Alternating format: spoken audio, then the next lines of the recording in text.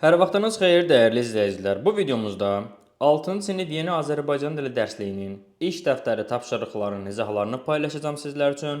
Bu izahlarımız səhifə 25-də yerləşən Skellig mətninin izahları olacaq. Bu videodan əvvəl 6-cı sinif yeni Azərbaycan dili dərsliyi səhifə 41-43-ü əhatə edən Skellig mətninin tapşırıqlarının izahlarını paylaşmışam. Bu izahda isə iş dəftəri tapşırıqlarının izahlarını sizlər üçün paylaşıram. Siz də kanala abunə olun, videolarımızı bəyənin, paylaşın. Videonun altında çoxlu rəylər yazın ki, hər kəsə bu videolar gedib çatsın. Yəni videoları öz sinif yoldaşlarınızla, WhatsApp-da, qruplarda paylaşın ki, hər kəs faydalana bilsin. Kanala abunə olun, abunə olduzsa keçək sualların izahına.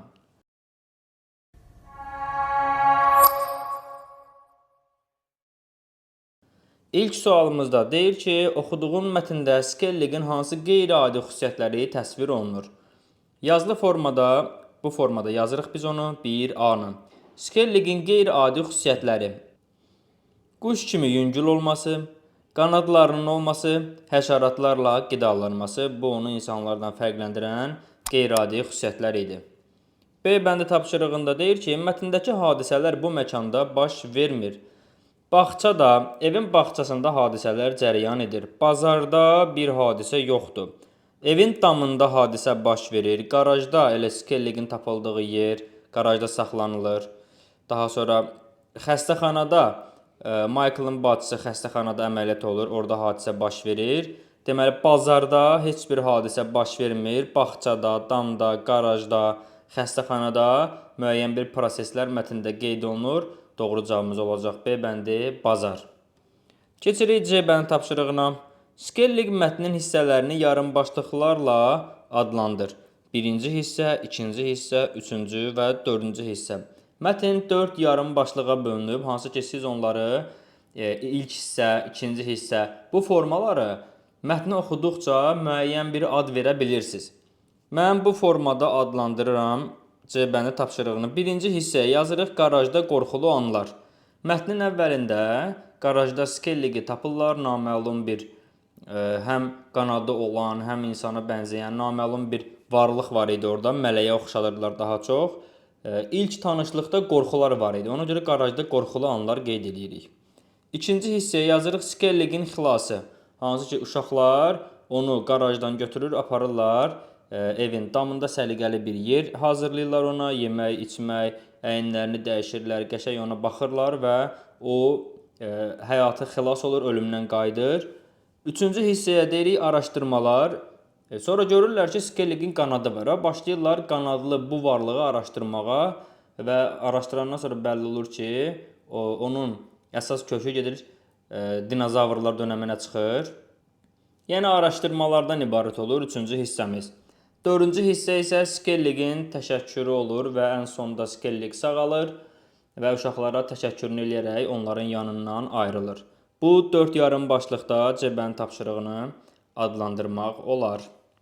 Davam edirik C bəndi tapşırığından. Skellig mətninə əsasən obraz xəritəsini tamamla. Obrazın təqdimatı. Skellig obrazı xarakterini istəyir bizdən və bu xarakterin əsaslandırılmasını istəyir. İlk ağlıma gələn yardımsevər idi. Yazıram, yardımsevər idi. Nəyə görə yardımsevər idi? Çünki o, yəni Skellig, Michael'ın, mətndə necə deyir o? Michael'ın balaca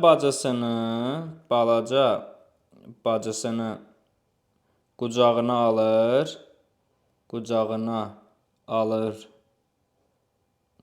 alıb öpür və uşaq əməliyyatdan uğurla çıxır. Yəni Skellig uşağın həyatını xilas edir. Uşağın həyatını xilas edir. Bu formada yardımsevər bir varlıq idi. İkinci xarakter xüsusiyyətinə Skelligə demək olar mehribandır. Mehriban olmasında bir neçə yerdə göstərmək olar əslində. Orada ən bariz nümunə nə yazmaq olar? Hər iki uşağı mələk adlandırır və Skellig onlara yazaq ki, Skellig uşaqları mələk adlandırır. Mələk adlandıraraq həyatını xilas etdikləri üçün təşəkkür edir. Təşəkkür edir.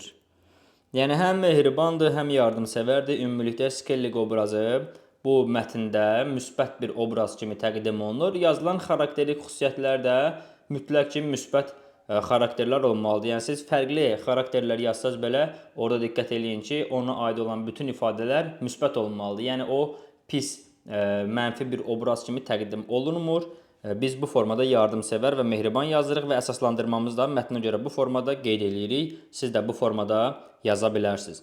Deməli, səhifə 25-ə aid olan Skellig mətninin iş dəftəri tapşırıqlarının izahlarını paylaşdım. Qeyd edeyim ki, bu videodan əvvəl 6-cı sinifin yeni dərsliyinin Skellig mətn tapşırıqlarının izahlarını paylaşmışam. İş dəftərindən öncə həmin videoya daxil olub o sualların da izahlarına bir-bir baxa bilərsiniz. Bu videomuzun da sonuna gəldik. Siz də kanala abunə olun ki, bundan sonra paylaşılacaq 6-cı sinif yeni Azərbaycan dili dərsliyi və eyni zamanda iş dəftəri tapşırıqlarının hər birinin yazılı şəkildə bir-bir izahını izləyə biləsiniz. Yəni başa düşəsiniz ki, bu tapşırıqları hansı formada necə həll eləmək lazımdır. Bu videolara da baxarkən sadəcə cavabları yazmaq üçün baxmayın dəyərli şagirdlər. Öyrənməyə çalışın ki, biz bu mətnlərə necə yanaşmalıyıq. Çünki bu həllər hər biri sizin gələcəyinizi müəyyənləşdirir. İndidən bu tapşırıqları, bu mətnləri başa düşsəz, gələcəkdə universitet imtahanlarında daha da uğurlu olacaqsınız. Videomuzu yekunlaşdırırıq. Sağ olun. Növbəti izahlarda, növbəti dərslərdə görüşərik. Kanala abunə olub, videolarımızı bəyənib, paylaşıb, rəy bildirməyi unutmuruq. Sağ olun. Görüşərik növbəti izahlarda.